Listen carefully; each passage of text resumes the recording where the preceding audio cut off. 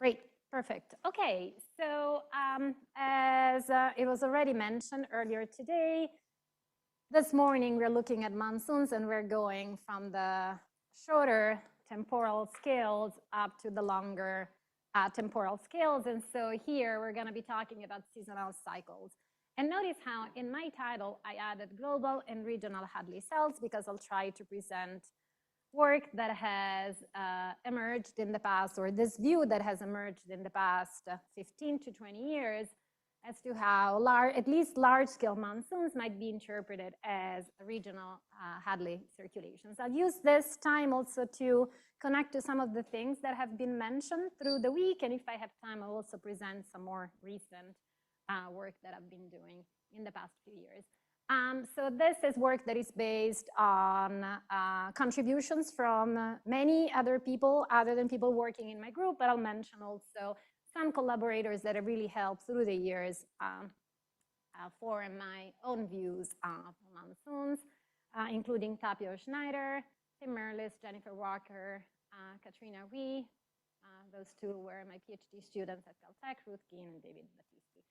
Okay, so we already discussed, that's where we started last time, the connection between the distribution of the precipitation in the tropics in the annual mean and the overturning circulation as represented by the Hadley cells. But today we're going to be talking about seasonal cycles. So now let me show you the distribution of the long-term mean precipitation during the solstice season. So this is July, Northern Hemisphere summer, and this is January, Southern Hemisphere summer. And I'm going to be toggling between the two. Again, the focus here is on in the tropics. And so we see that on average, we see this tendency of precipitation to follow maximum in solar insolation. There is this tendency for precipitation to move into the summer hemisphere. We also see that there is a large contrast or a contrasting behavior between what happens in the ocean and what happens over the continents. And in particular, we see that over the oceans, we clearly see that there is a seasonal cycle, but this is somewhat muted, both in terms of variations in intensity and location. And so, for instance, notice how over large stretches of the Pacific Ocean, maximum precipitation remains north of the equator, even during Southern Hemisphere summer. And this is really, this feature is what gives rise to the zonally annual average precipitation that we saw maximizes north of the equator. If instead now you focus over subtropical continents and pick the continent you like the most, of course, one obvious choice is Southeast Asia, we see that there the seasonal cycle in precipitation is way more extreme, as you see these alternating patterns of very dry winters being followed by very wet summers. And you see when we look, and this is a point that I want to connect to what Bill Booz mentioned earlier this morning, it is nice to take this global perspective because we clearly see how the precipitation that develops in association with monsoons over subtropical continents is really linked to the seasonal cycle of the overall convergence zones associated with the tropical overturning. And in fact, while traditional definitions of monsoons have been based on wind reversals, more modern views really emphasize monsoons as well-defined summertime precipitation maxima. And really, when viewed from this perspective, it really looks like monsoons are really a more dramatic, more extreme extension of convergence zones associated with the divergent tropical circulation into subtropical continents. And while, of course, the Indian, or more generally speaking, the Southeast Asian monsoon is, of course, the most dramatic, the largest scales, the most studied monsoon, basically have monsoons over all subtropical continents, both in the Northern Hemisphere, and we have corresponding monsoon systems in the Southern Hemisphere. And so this view really emphasizes the fact that monsoons associated ascending motions, divergent circulation at the regional scale, and associated precipitation as really a fundamental part of the atmospheric overturning. And again, this has emerged, through the years from contributions by many people, not just people working in my group, but to try to make that connection a little bit more clear. Here, I am showing what the July zonal mean overturning looks like when you take a global zonal average. And so notice how during the solstice seasons, and this is very pronounced for the northern hemisphere summer, the equinoctial pattern that is characterized by two cells that are almost antisymmetric about the equator is being replaced by a solstitial pattern in which one dominant cell, one cell basically dominates the overturning. This is a cross-equatorial Hadley cell. This is the winter cell, is the cell of the winter hemisphere that expands, moving its ascending branch further away from the equator into the summer hemisphere. There is also a summer cell that is completely contained within the summer hemisphere, but for July and for the choice of contours that I picked here, it's so we can narrow that you don't see it. If now, instead of taking a global zonal average, we look at what the overturning looks like associated with the divergent circulation over the Indian monsoon sector, so just looking at the sector mean between 60 and 100 degrees east, this is what you see. You see that the onset of the monsoon is characterized by the development of a regional Hadley circulation that very much looks like the cross-equatorial Hadley circulation. And as I mentioned, there is now a large body of work that really makes this connection and interprets monsoonal circulations as cross-equatorial Hadley cells that project strongly on the solstice zonal mean. Together and somewhat, so together and complementary to this perspective of monsoons as regional and seasonal manifestations of the tropical overturning, another view has emerged, which is somewhat complementary. It is the global monsoon. I'll try to explain what this is. But first of all, let me start by showing you the difference between summer, northern hemisphere summer minus southern hemisphere summer patterns of the low-level winds, 850 hectopascal winds, and precipitation. And here again, you clearly see the connection between this well-defined summertime precipitation maxima in all of the regional monsoon regions and associated changes in the low-level circulation. If now you perform an EOF analysis of the annual cycle of combined precipitation and lower-level wind reversal, you find that the first most dominant mode that explains a large fraction of the total variance, we're talking about 71%, very much, when you look at the spatial patterns of this first UF, this very much looks like this difference. And so this really reveals that there is a dominant global scale solstitial mode that basically represents the response of the overall tropical circulation and precipitation to the annual cycle of insolation. And this global mode, of which the different monsoons are a regional manifestation, has been called the global monsoon. And so these two perspectives have led to a rethinking of the fundamental drivers of monsoonal circulations. And again, this is something that was already mentioned in the lecture, in the plenary on Monday. I want to here emphasize a few more things. And so if you open any textbook, and here I just pulled out a schematics from Rudiment, 2007, a well-known textbook used in many programs in the US, and I'm sure in other countries as well, which again interprets monsoons as large-scale sea breeze circulations driven by the contrast in thermal properties between the continental land masses and the oceans, with the land mass, because of its much smaller heat capacity, heating up during the summer and cooling off during the winter much faster than the surrounding ocean, which drives circulations that are seasonally reversing. And so let me emphasize how it has now been shown in many different ways that monsoons should not be interpreted as land sea breeze circulations driven by near surface meridional temperature gradients. And this is something, and again, the problems in thinking about the near surface temperature contrast as an external driver of monsoonal circulations and maybe as an indicator of the strength of monsoonal circulations is something that has been known for more than a century. And here I'm going to read a quote by Simpson, 1921. It has generally been held that the southwest monsoon, this is the Indian monsoon, owes its origin to the great difference of temperature which exists during the summer months between the heated land surface of India and the surrounding oceans. This theory has to face the difficulties that the temperature over India is much higher in May before the monsoon sets in than it is during the monsoon itself. That the temperature is higher in years of bad monsoon than in years of good monsoon, and that the part of India which has the highest temperature and the lowest pressure is a region of practically no rainfall throughout the monsoon.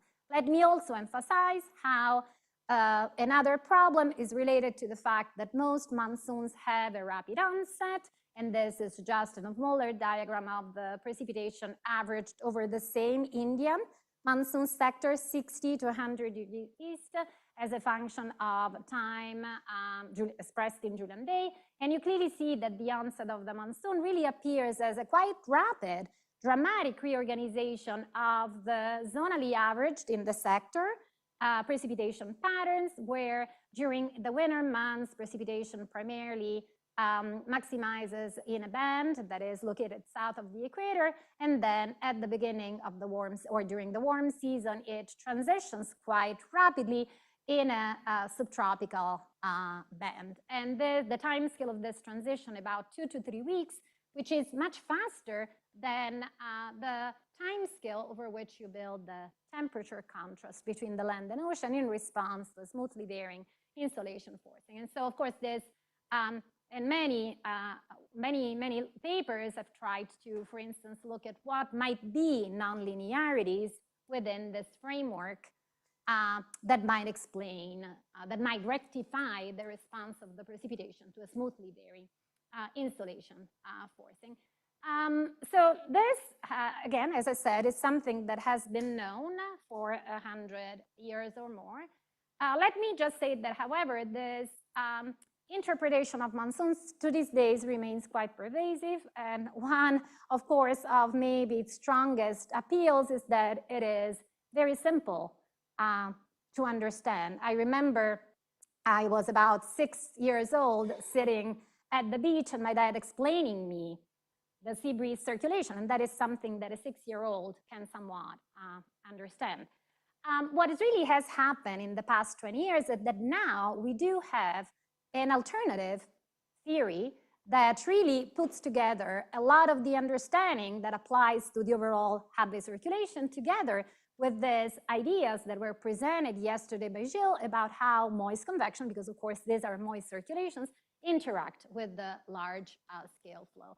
And so here I'm really summarizing in just one slide work that, again, has been done in the past 20 years.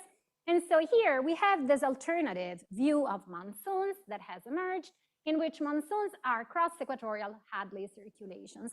And so instead of thinking of them as this continental scale sea breeze circulations, we really should think about monsoons as being part of the large-scale tropical overturning. And exactly in the same way in which we saw the Hadley cells is the circulation in the tropics that accomplishes the required transport of energy from the regions of net energy input close to the equator to the higher latitudes where you have relative net energy loss.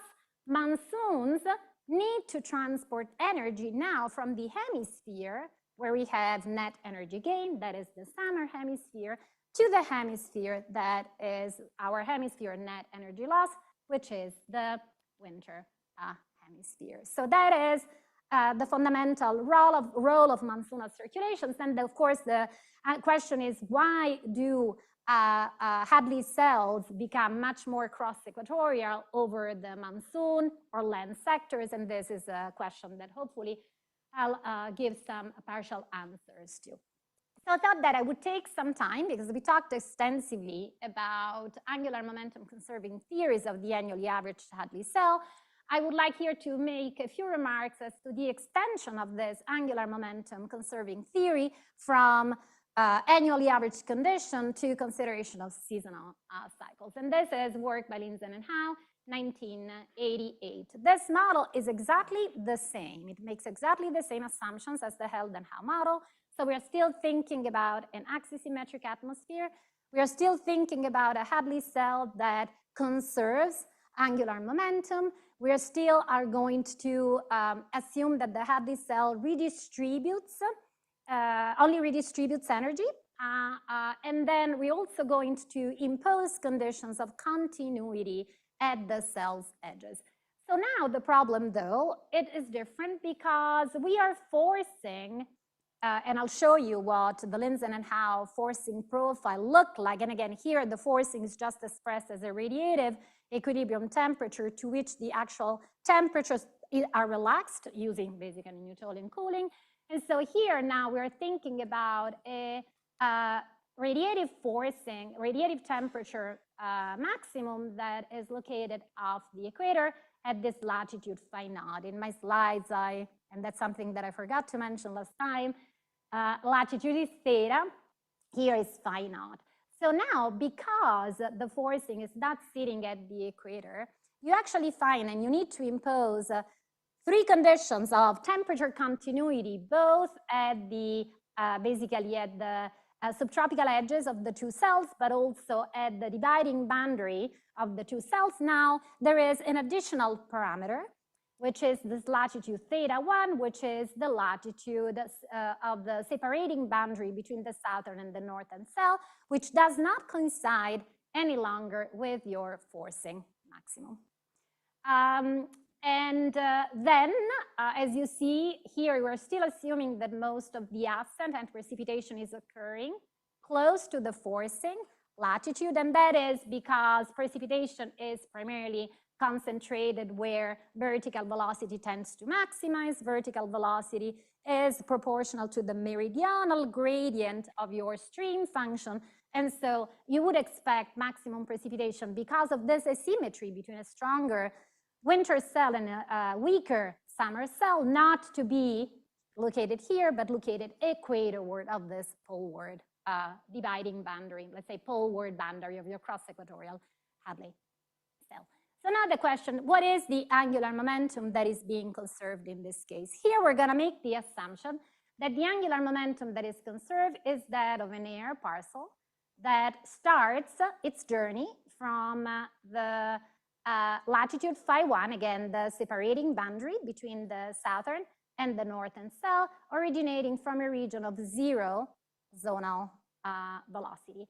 And so the angular momentum, therefore, that is being conserved as this parcel goes up and then moves equatorward. Here I'm focusing on the what happens, the distribution of the winds in the upper levels of the cross-equatorial Hadley cell. So that angular momentum is the planetary component at latitude phi 1. So now let's go back and think about conservation of angular momentum. So when you are thinking about an air parcel that moves poleward, originating from the equator, that is where the planetary component maximizes. As you move at higher latitudes, your moment of inertia decreases because the distance from the axis of rotation is decreasing. And so a parcel on its journey towards the higher latitudes will have to spin up faster, exactly this, to conserve angular momentum, exactly the same way in which a skater, as she's skating, she is spinning with her arms spread out. When she takes her arms closer to her body, because basically she's reducing the moment of inertia, she spins faster. And for this air parcel, spinning faster means acquiring an eastward component of the relative flow. But now, if you think about an air parcel that is originating in the summer hemisphere, suppose at a latitude phi 1, in the northern hemisphere, as it moves towards the equator, it started with zero relative motion, so zero zonal wind. Now, because its moment of inertia is increasing to conserve angular momentum, now it will have to spin less fast And so it will develop a easterly component until it reaches the same latitude in the southern hemisphere, where the wind again becomes equal to 0, and then the wind can become westerly. And so this is exactly what I'm showing here. This is now what the upper level winds in this cross-equatorial Hadley cell, what it looks like when you assume that it's strictly angular momentum conserving. So it is 0 at latitude phi 1, again, the poleward boundary of the cross-equatorial Hadley cell, and minus phi 1. It reaches a minimum at the equator and then becomes westerly outside of this band. Again, remember this latitude band. Again, remember that when we make the assumption that the winds, the zonal wind distribution is that consistent with angular momentum conservation, the distribution of the temperature follows from gradient or thermal wind balance. And this is what is shown here. The open dotted line is our forcing, radiative forcing temperature. And this is the shape that was used by Lindsay and Howe. And notice how this is one in which the maximum of the forcing latitude, this phi naught here, is equal to 8 degrees. Oh, and I should mention that, of course, when in this case, while in the Held and Howe theory, you can actually develop analytical solutions, here you have to solve numerically. But the important point that I want to emphasize is that notice how for a forcing latitude of 8 degrees, your poleward boundary of the cross-equatorial cell is at 20 degrees latitude. There is this large latitudinal separation between where your forcing maximizes and the extent, the position, basically the poleward boundary of your ascending branch of this cross-equatorial cell. So now let's think about the distribution of the temperatures that are in thermal wind balance with this upper level zonal wind flow. Well, we know that, and that is usual conditions that are verified in general in the annual mean, and in most regions in general, we have the temperatures decrease with latitude from a near equatorial peak to the higher latitudes. And that corresponds to a westerly shear. Now, the shear is easterly as we go from the equator to this latitudes phi 1 and minus phi 1. So this requires a reversed meridional temperature gradient, a gradient in which, in fact, temperatures increase as we move to higher latitudes. And in particular, these temperatures will have a maximum where the zonal wind is equal to 0. So they have this temperature distribution, have this characteristic pattern. First of all, this distribution is symmetric about the equator with the minimum at the equator and 2 subtropical maxima at plus or minus phi 1. And so remember that in this theory, the area between the actual temperatures and the forcing temperatures are proportional, or a measure of how strong the circulation is. And so this was basically the physical interpretation provided by Lindsay and Howe for why your winter cell is so much stronger than the summer cell, because basically this is all of the winter cell. The summer cell is here as a much weaker intensity based on this basically graphical interpretation, okay? So again, here, if we assume that the cell is angular momentum conserving, the important point that I want to emphasize is that we expect upper level easterlies basically throughout the extent of the cell, more or less, not quite. And then we expect free tropospheric maxima at this latitude, phi 1. So now let's think about how we might couple these predictions to our understanding of convective quasi-equilibrium, which is what was discussed yesterday morning. In particular, let me emphasize how that view really emphasizes how we should not think about the latent heat that is being released by convection as a driver of large-scale circulations.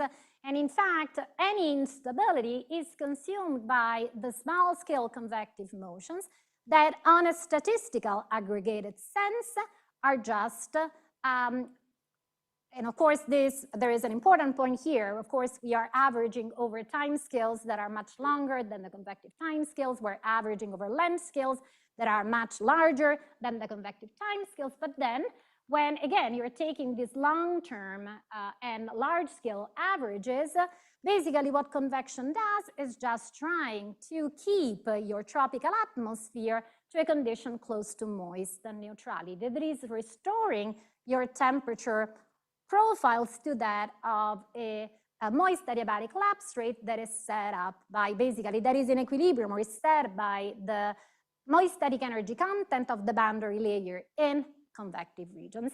And so one important point is that you basically can establish a connection between variations in the upper tropospheric temperature that are linked in this, because again, this temperature are constrained to be following a moist data, but in convective regions, those variations in upper tropospheric temperatures are coupled to variations in the moist static energy in the boundary layer.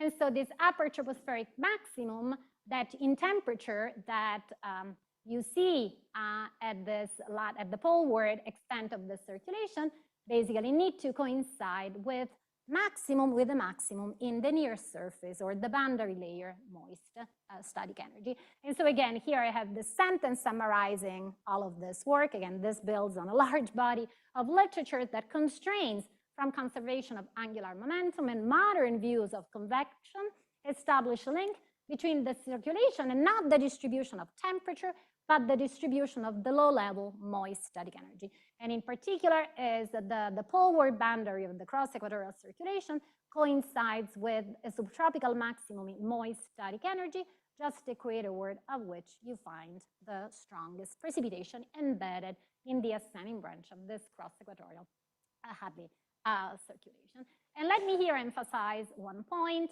how in fact in most monsoon regions, the variability on different time scales of this distribution of the low level moist static energy is not controlled by temperature or just controlled by temperature, but moisture plays a very, very important role over land as well. And let me emphasize how, for instance, Ni et al. 2010, but there is many other work shows that in fact predictions of this convectively coupled view of monsoons are well verified in observations. But then the question is, okay, here we are saying we should not interpret monsoons as driven by the near surface temperature gradients due to the lengthy contrast, but yet we do see, and let me go back to this distribution of precipitation, sorry, here, in July, we clearly see that over most monsoon regions, we do have that convergence zones are able to propagate further poleward than they usually do over the ocean. So obviously, land still plays a role. What is the role that land actually plays? And so we tested these ideas, and here I want to go, if I can, somewhat quickly, because this is work that has already been published a while ago. We tested these ideas, and this is part of work that I did in my PhD and my postdoc, how, again, pushing this idea, if land is really not causing this lengthy contrast driving, in temperature driving monsoonal circulations, what happens if we, for instance, take a general circulation model and get rid of any land and basically study the response of the overturning circulation and associated tropical precipitation patterns over an aquaplanet? And this is what we did. The model that we're using is idealized not just in the lower boundary configuration that we take, but also in the physics that is being represented. Then maybe the one point that I will just mention, I'm happy to give you more details if there is interest, is that our lower boundary is one in which we take a slab ocean with a fixed mixed layer depth. So we're not prescribing sea surface temperatures. We have a consistent surface energy budget. Of course, the ocean adjusts thermodynamically. There is no dynamical ocean here. And of course, we can change the depth of the specified mixed layer, and that will change effectively the heat capacity of the lower boundary. So here, let me show you what the Hofmöller diagram, latitude versus time, looks like against the observations over the Indian monsoon sector. We saw an alternative version of this earlier on in a simulation in which we make that mixed layer very shallow, just half a meter of water, and a deeper simulation where we make the mixed layer deeper, 50 meters. Let me here emphasize how typical mixed layer depths in our ocean are tens of meters. so about 50 meters. So here, we are not trying to capture the dynamics of actually happens over the mixed layer ocean. We just want to see what happens if you perform a simulation where your lower boundary doesn't have any lengthy contrast, but has a heat capacity that is small enough to be thought of as basically characteristic of land surfaces over our planet. So you can think about this shallow mixed layer depth simulation as a simulation in which a lower boundary is a swamp, responds quickly to the insolation forcing, but is completely saturated. And here you can see, or at least that's how we interpreted this of Muller diagrams, is that only when you have a shallow mixed layer depth can you see monsoon-like transitions in the simulated precipitation patterns, in the sense that precipitation is primarily organized along subtropical convergence zones that switch rapidly from one hemisphere into the opposite hemisphere. When you make the mixed layer depth deeper, you see that you have very muted seasonal cycle of precipitation, both in intensity and in location. If you never thought about aquaplanets, it might be a little bit hard to visualize what this means. And so let me show you here a snapshot of the low-level winds and the precipitation patterns simulated in the aquaplanet with the shallow mixed layer depth, where we had this, our convergence zones were able to migrate poleward in the subtropics. And this is just a snapshot of that simulation against the observations, low-level winds in the gray vectors, and again, the distribution of precipitation. So these aquaplanets, of course, you do have transient variability, but then there is basically no variation, statistically speaking, in the longitudinal direction because there is no zonal asymmetries. And again, here, notice how even in the absence of any land mass that can warm up relative to the ocean, we do see that the subtropical convergence zone can migrate at subtropical latitudes that are similar to what you see happening over, for instance, the Southeast Asian monsoon sector, with wind patterns at low levels that very much resemble what we see again in the observations. And this is a seasonal reversal of the tropical flow from easterly during the winter to westerly during the summer with the cross-equatorial component. If you look at the overturning circulation, this is what the overturning looks like when, again, you have the subtropical convergence zones. You clearly see the establishment of a cross-equatorial Hadley cell. Again, this looks very much what we see in regional monsoon sectors, in particular the Indian monsoon. And notice how, according to expectations, this poleward boundary coincides with the maximum in the low-level moist static energy, which here is shown in the red line, just the equatorward of which we see maximum precipitation. Let me emphasize how over an aquaplanet, the distribution of moisture and temperature are strongly coupled because you don't have large variations in the relative humidity. And so this reversed gradient with the subtropical maximum in moist static energy is very much corresponding to a reverse gradient in temperature. And again, notice how this reverse meridional temperature gradient, that is really considered one of the hallmarks of the development of the Indian monsoon, here can't develop even without a subtropical land mass, let alone topography. And in fact, it's the circulation itself that helps develop and sustain this subtropical maximum.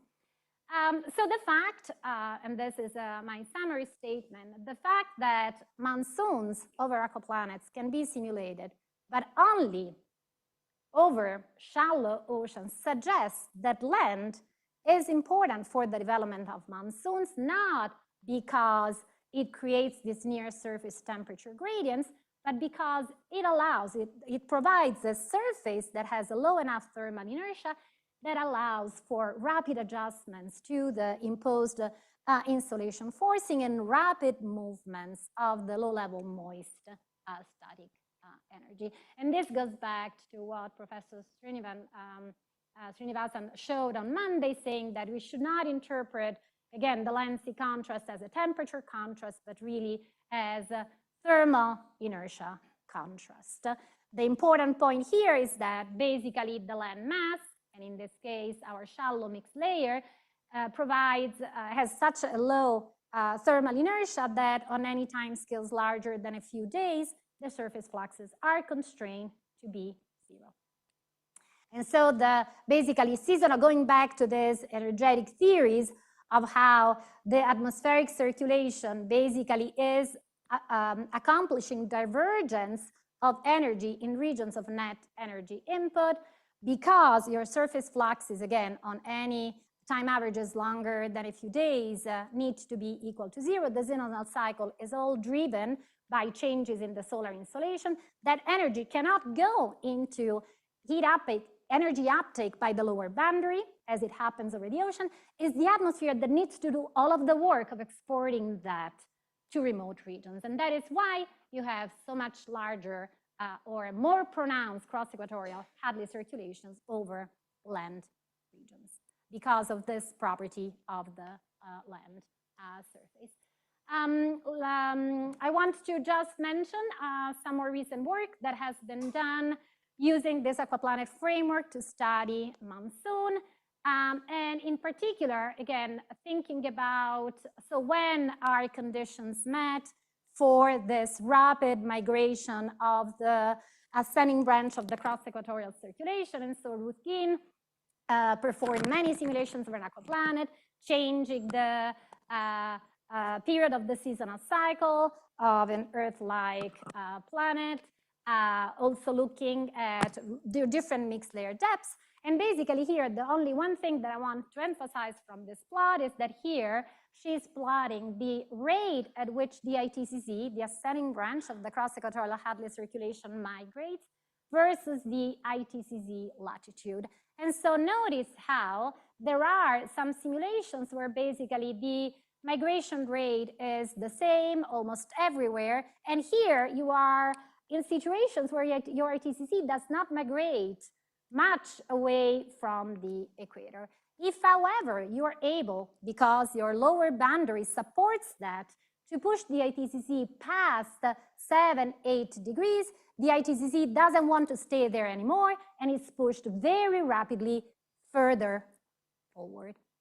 And this is really the important point of your thermal inertia of the lower boundary. You need to have a lower boundary that allows for the ITCZ to get past this critical latitude. Once it gets there, it doesn't want to stay there, and it jumps very rapidly to higher, more forward latitudes. We tested these ideas on a similar version of the aquaplanet model that I just showed you, where, however, now we put a continent poleward of a southern coast, and here the southern boundary. And here, continent, we just mean a region with very shallow mixed layer depths relative to deeper mixed layer depths in the ocean. And so we move this southern boundary of your northern hemisphere continent from 0, 10, and so on. And basically, again, I don't want to spend much time on this, but basically you see that you get monsoon-like transitions in the simulated precipitation only when you have a continent that extends far enough into the equator to, again, provide for this low thermal inertial boundary. Here I'll go very quickly, but I want to go back to some of the ideas that are already discussed on Monday.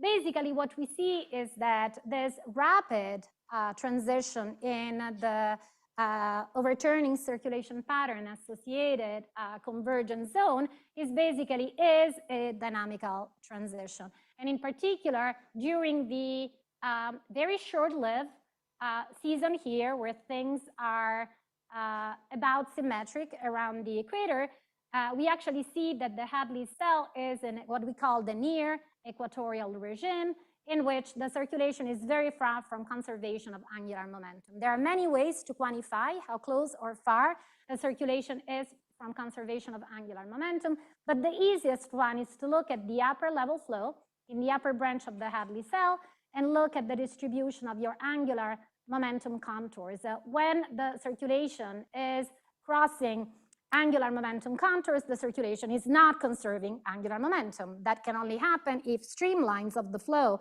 and angular momentum contours are aligned.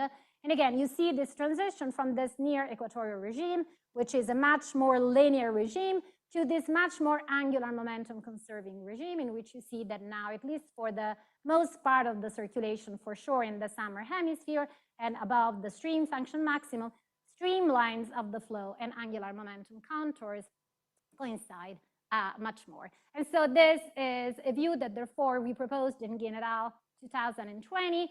So we should not think about, I mean, of course, there are differences between oceanic and land or monsoonal ITCZs, because as I said, the lower boundary is very different. In one case over the ocean, it does participate to the overall adjustment of the seasonal insolation forcing, whereas over monsoon regions, again, there is no heat uptake, energy uptake, or transport by the lower boundary.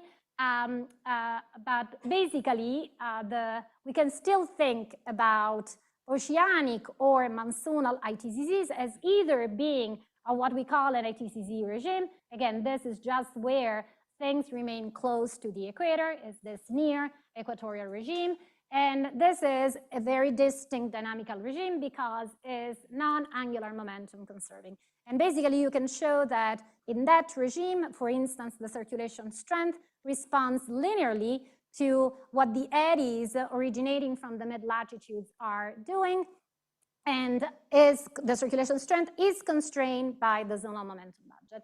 When instead you are in the monsoon regime, which is this more cross-equatorial regime, this is a much more nonlinear regime in the sense that now what the circulation is doing, advection of, for instance, the relative vorticity or advection of, for instance, moist static energy really become very important. When the circulation is strictly angular momentum conserving, you can actually show, of course, this is only approximately true when the circulation is only approximately angular momentum conserving, but if a circulation is strictly angular momentum conserving, the zonal momentum budget does not provide you with any information about the strength of the circulation. It's just a trivial balance that is basically a statement of conservation of angular momentum. And so now the circulation instead responds much more directly to the energetics, okay? And so let me here summarize all that I just said. Monsoons cannot be thought of as large-scale sea breeze circulations driven by thermal contrast between the land and the oceans. Monsoons are intimately connected to the tropical overturning. As regional Hadley cells, they need to satisfy these large-scale budgets of energy and angular momentum as the global Hadley cell. Monsoons and oceanic ITCZ are manifestation of the ascending branches of regional Hadley cells.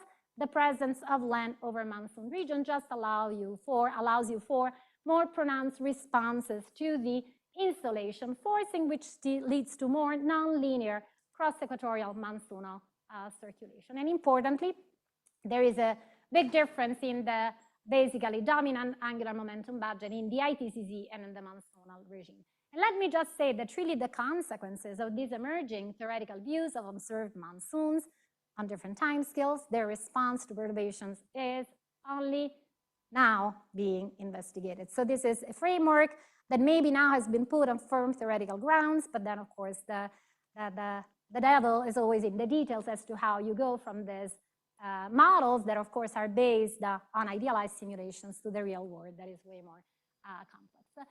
So if I have maybe 10 more minutes, I just wanted to show some more recent work that we've been doing. This is work that was started by Katrina Hui, my very last student at Caltech, just to show you that there's still a lot that we are learning and that we can learn from aquaplanet simulations. And so again, here we're still thinking about aquaplanet monsoons. I mentioned how the lower boundaries, again, is just a slab ocean with a fixed mixed layer. Here we're taking a shallow mixed layer, so to allow for this rapid monsoon transitions. And in this model, because basic radiative transfer is basically represented as two-stream gray radiation, we can very easily create climates that are that go from being much colder to much warmer than the reference climate that I showed you in our earlier slide. And basically, you just need to rescale a parameter that basically rescales the prescribed optical thickness in the long wave in this gray radiation scheme. And so when this parameter is equal to 1, this is our control climate that is close in terms of the, for instance, global mean surface temperature to Earth's present-day climate. And again, if we rescale it from a value that is smaller than 1 to a value that is larger than 1, we can generate a wide range of climates. And so this is what, for instance, the global mean precipitation looks like for all of each of these simulations. Again, this is our reference climate. And as expected, the global mean surface, the global mean precipitation increases with increasing global mean surface temperature. And there's a lot of interesting things, for instance, including the hydrological sensitivity. We know that globally average precipitation does not scale as Clausius-Clapeyron, scales much less strongly than that. Instead of about 6 to 7% per degree of warming, it's about 2% per degree of warming. And we see that this is something, a scaling that is captured even by this idealized simulation around present-day climate, but the sensitivity does change depending on your temperature. But here we want to focus on the simulated monsoons. And so here I kept, of course, the same shading color intervals. So of course, we go from the much colder climate where the precipitation is weaker through the warmest climate. Here, there is a few metrics that are overimposed. And here, maybe the important thing is that this black line represents the position of the ITCZ based on one of the many metrics that exist in the literature, which captures more or less where the precipitation maximizes. And I think that everybody can see, well, first of all, we clearly see that precipitation increases monotonically, not only globally, but even in the convergence zones associated with this monsoon-like circulations. Again, notice how these monsoon-like transitions are seen across all of the simulated climates. I think that by eye, just by looking at when the ITCZ positions moves from the southern to the northern hemisphere, again, here we're focusing on the northern hemisphere, but of course, the hemispheres are completely symmetric. I think that you can see that your ITCZ position moves progressively forward, but also I think that already by eye, you can see that the monsoon onset gets progressively delayed with warming. And so again, these are all of that I just said.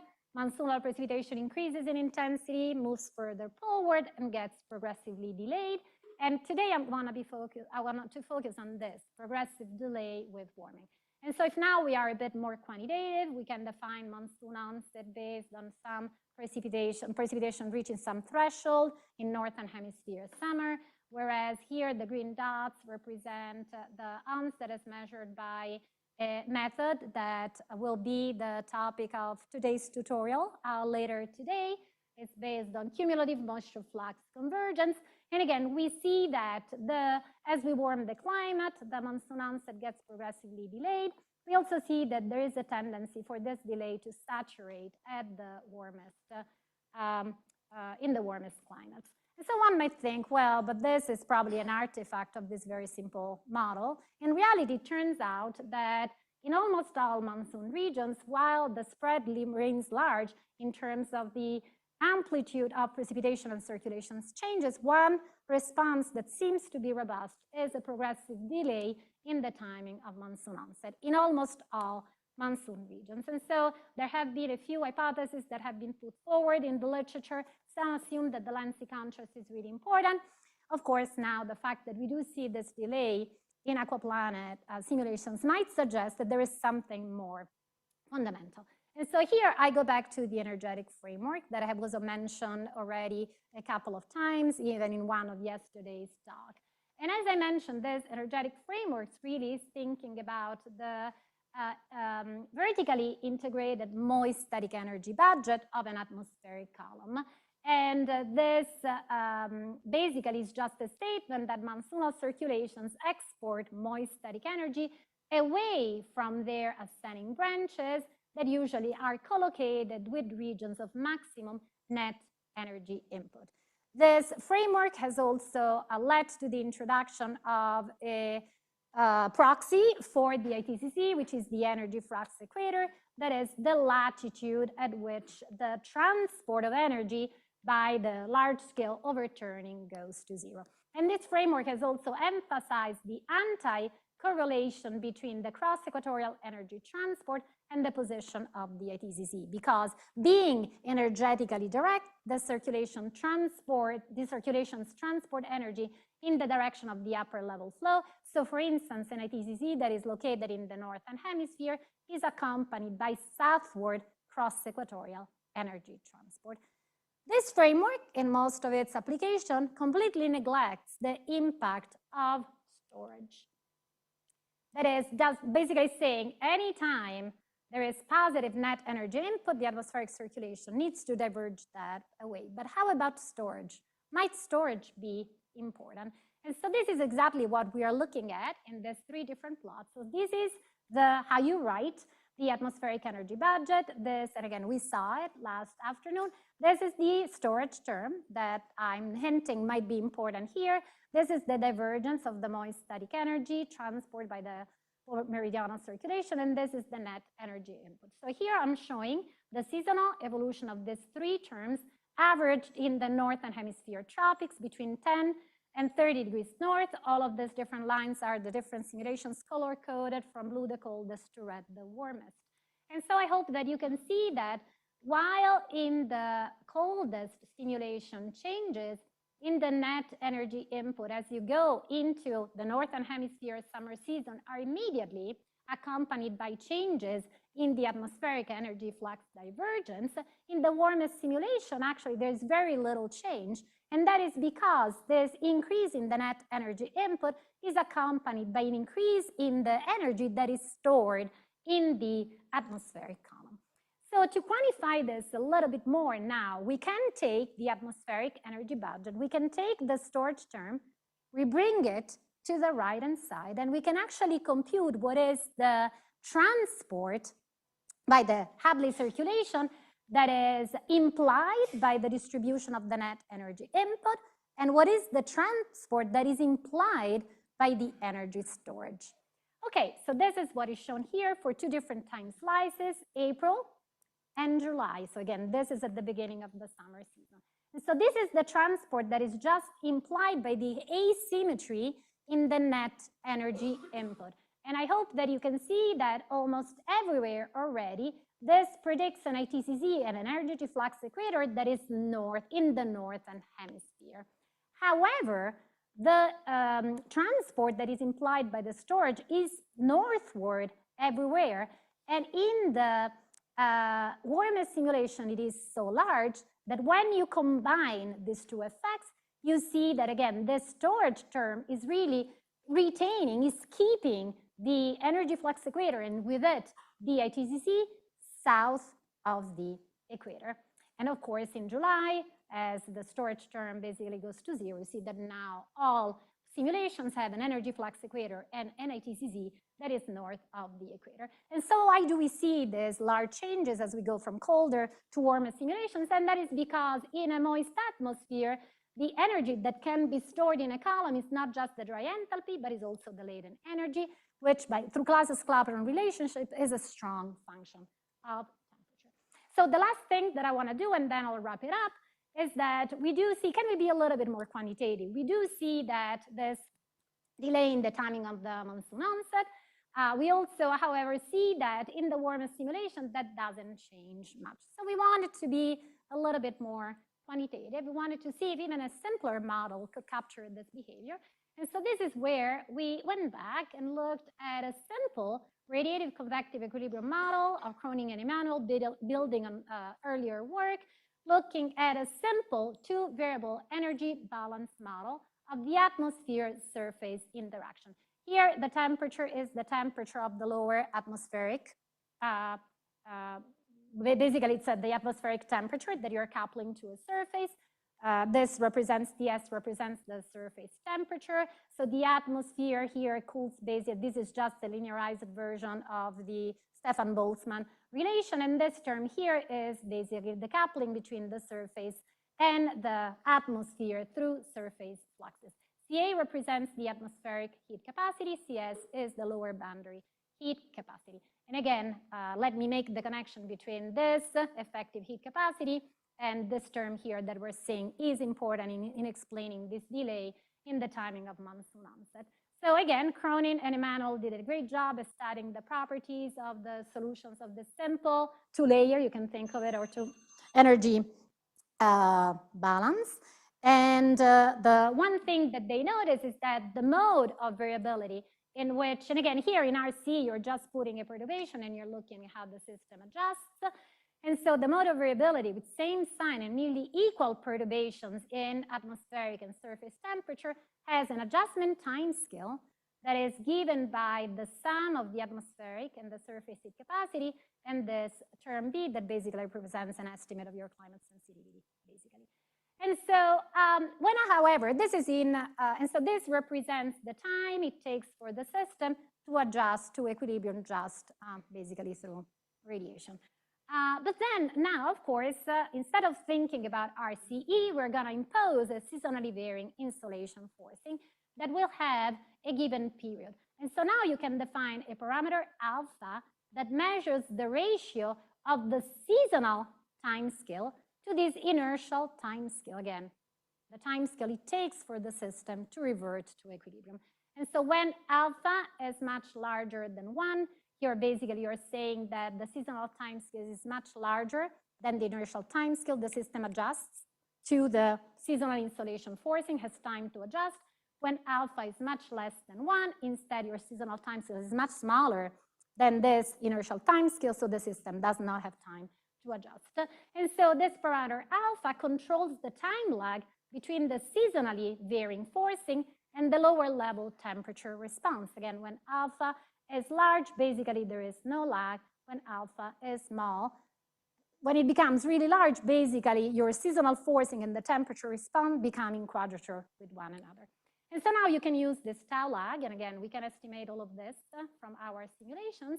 When we estimate this tau lag relative to the insolation forcing in the subtropics, this is the timing of monsoon onset that you would predict from this simple model that really captures very well what we see in the observation. So I'm going to put up my summary slide number 1 and summary slide number 2. And I'll maybe just conclude by saying that I personally have learned a lot by studying monsoons in an aquaplanet, and it's a lot of fun. And I think to these days, they provide a great source, a great tool to study monsoons.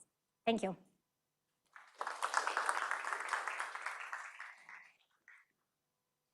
Thank you. Yeah, questions? Many questions. Please start.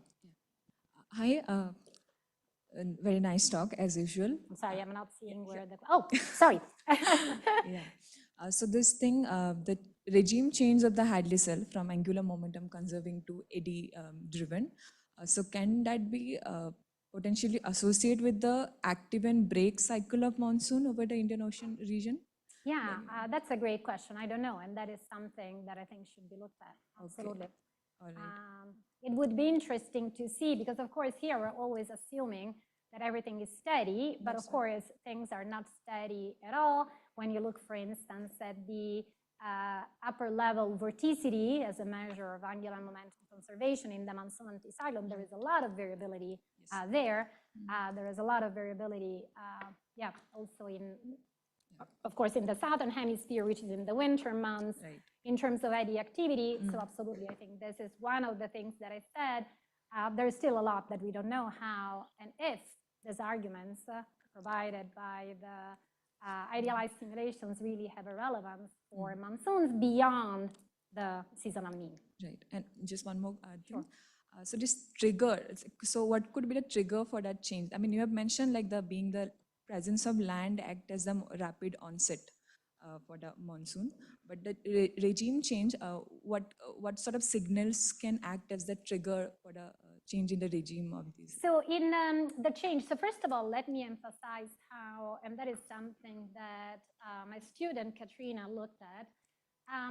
Absolutely, so I do think that there's, so for instance, when you talk about when this arguments apply to the different monsoons, I think that the Indian monsoon is really a special case for many reasons. So of course, we do have a very nice asymmetry between the southern and the northern hemisphere. In the southern hemisphere, you have the ocean. In the northern hemisphere, you have the landmass. Let me also emphasize how the seasonal cycle of the mixed layer depths in the let's call it broadly the Indian Ocean, really help you there, because during the summer and at the beginning of the summer season, especially over the Bay of Bengal, your mixed layer depths become very, very shallow. So it's not just the land, it's also the ocean that helps you there in providing this lower lower boundary.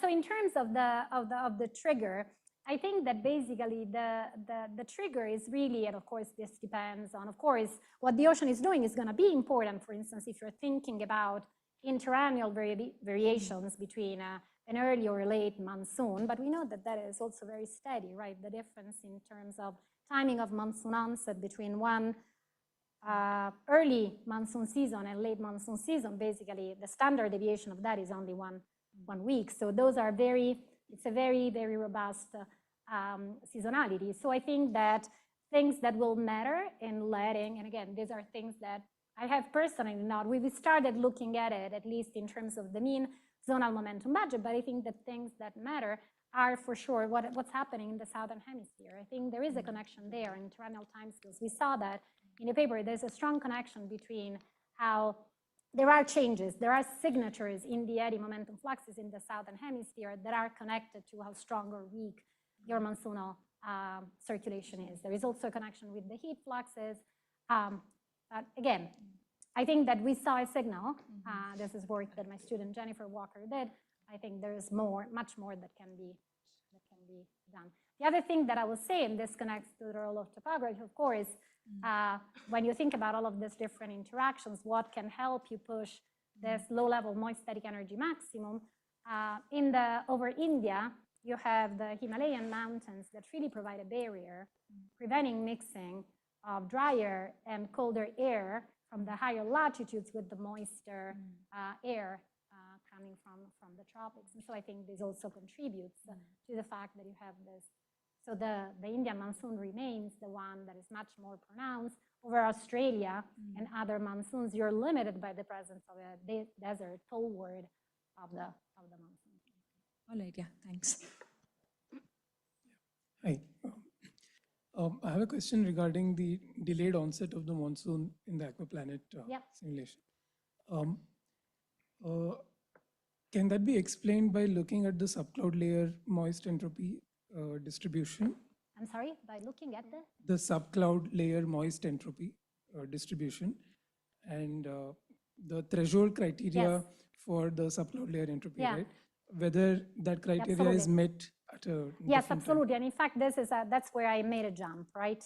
In the sense that I jumped from, and this is where I should have been a bit more clear. So here I went from the vertically integrated energy budget to a statement that we care about what the temperature is in the subtropics. And that is exactly because you see that this delay is very much a delay in when your moist static energy in the subtropic basically reaches a certain value relative to the tropical mean. So absolutely, you can look at that from this other perspective. It's a delay not only in terms of this, you get this vertically integrated energy budget, but also in terms of the distribution of the moist static energy. That on seasonal timescales remains a much better proxy for the evolution of the ITCZ than the energy flux equator, as for instance we saw in yesterday's presentation. There is a delay. There is a little, even in a very shallow mixed layer depth, there is a delay between that is changes in the ITCZ position lag relative to changes in the energy flux equator. Thanks.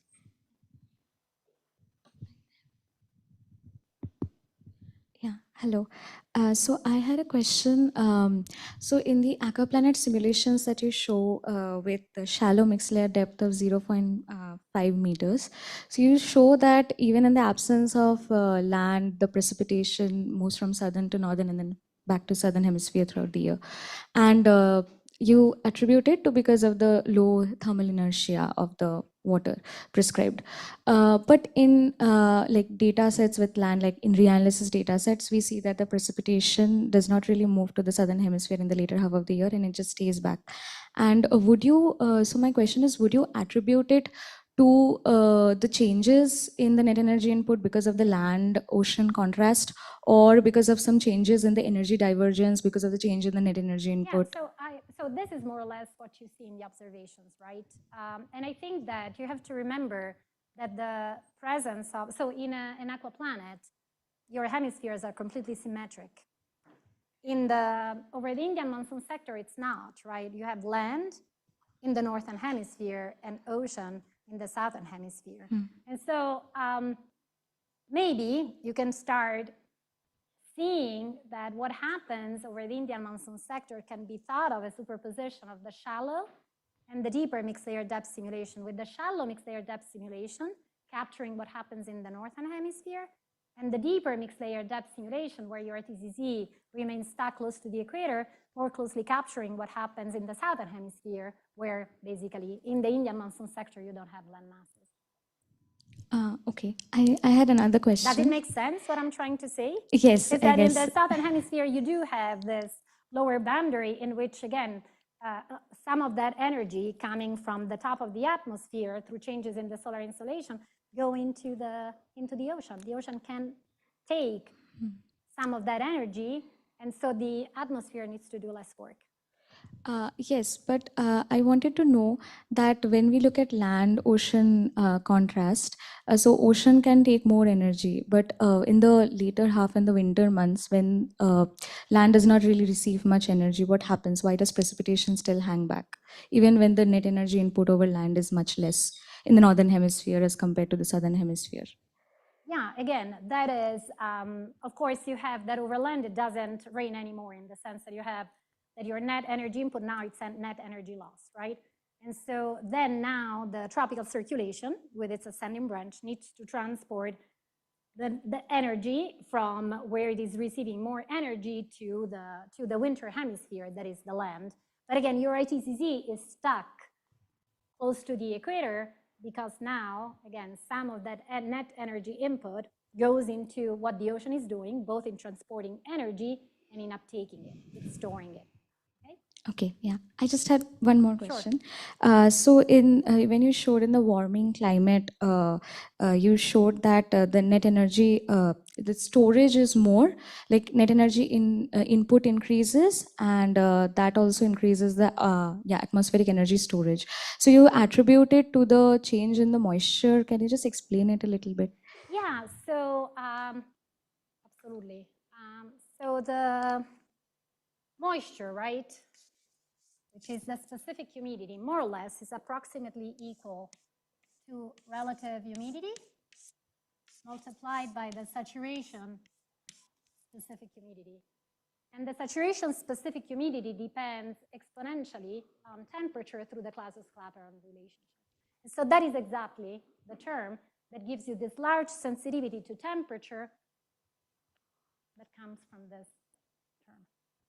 So in a warmer world, you can store more energy basically just through this term. And that increases the effective heat capacity of your atmospheric column. So does that mean that the energy flux equator would be like on a time, like yearly temporal average, the energy flux equator would always be closer to the equator? Yeah.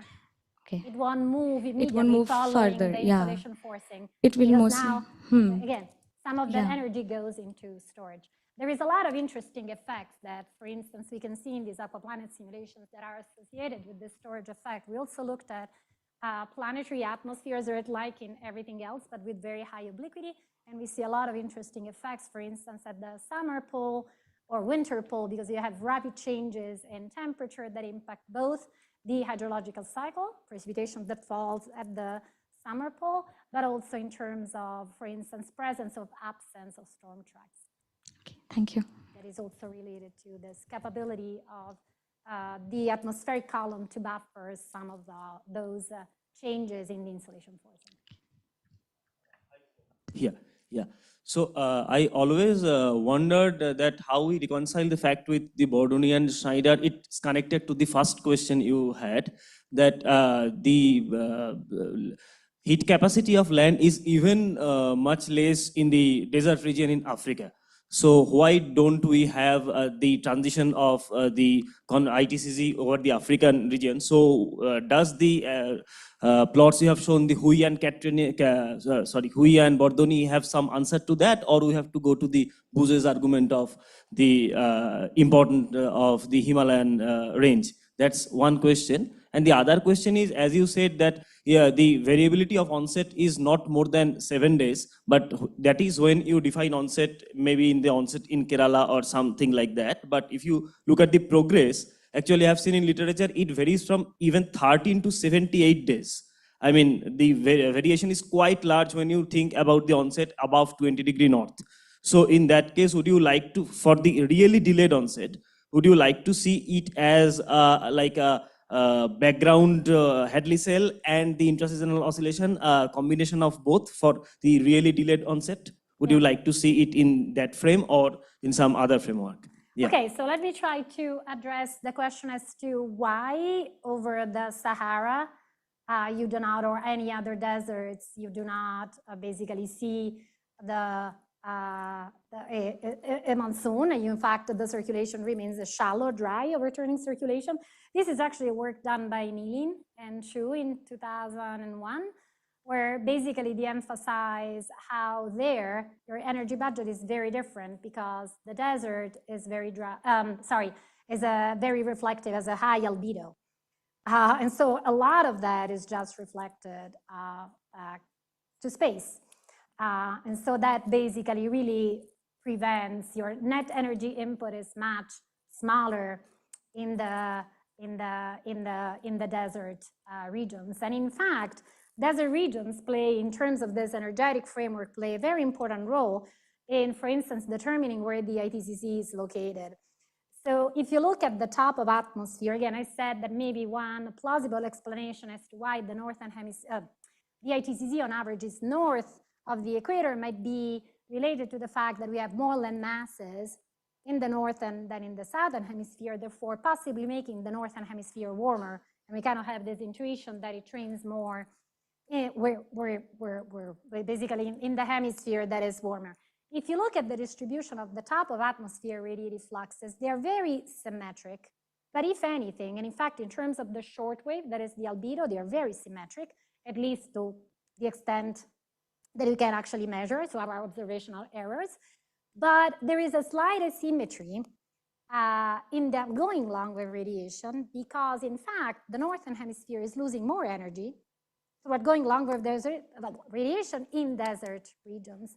So if that were the only asymmetry driving a not equatorial or a maximum in one of the two hemispheres, the ITCZ would be sitting in the southern hemisphere, not the northern hemisphere. And so you need the ocean to transport energy. And in fact, the ocean is transporting energy, more energy than the one that is required by the top of atmosphere energy budget, therefore making the northern hemisphere warmer than the southern hemisphere. And that's why the Hadley cell now needs to transport energy in the opposite direction to restore energy balance. In terms of the different timing of monsoon onset, depending on what you're looking at in different regions, well, I don't know really how to answer that other than we've looked a little bit at timing of monsoon onset. As you probably here know way better than I do, there is gazillions of different indices for timing of monsoon onset. Some of those are related to some of these ideas to importance of the near surface temperature gradients or the temperature gradients, or how that could be related to, for instance, to shear. And so we introduced this onset metric that will be discussed this afternoon that was meant to capture much more the behavior of the large-scale circulation over a large monsoon domain. And again, we'll discuss this. And there, we basically saw, at least from the analysis that we did, that on average, this global large-scale monsoon onset correlates very well on interannual timescales, both with the onset over Kerala. It actually leads that by about 10 days to 2 weeks, so that's interesting. But it correlates very well on interannual time scales on local definitions of timing on monsoon onset. As you move further northward, this is where, right, which I think what you're saying, as you move past 20 degrees, this is where you have a lot of variability. And I think that is for sure, I'm guessing, again, many of you know this better, this is where you have a lot of variability on different time scales, including intraseasonal time scale. And so I think this is where probably you do expect a little bit different behaviors. How to tackle that problem? Yeah, I think maybe thinking about the interactions between different scales, time scales would be good. I think it's time for lunch. I think if there are additional questions, maybe you can go and see Simona at one of the breaks. And let's thank Simona again and head for lunch.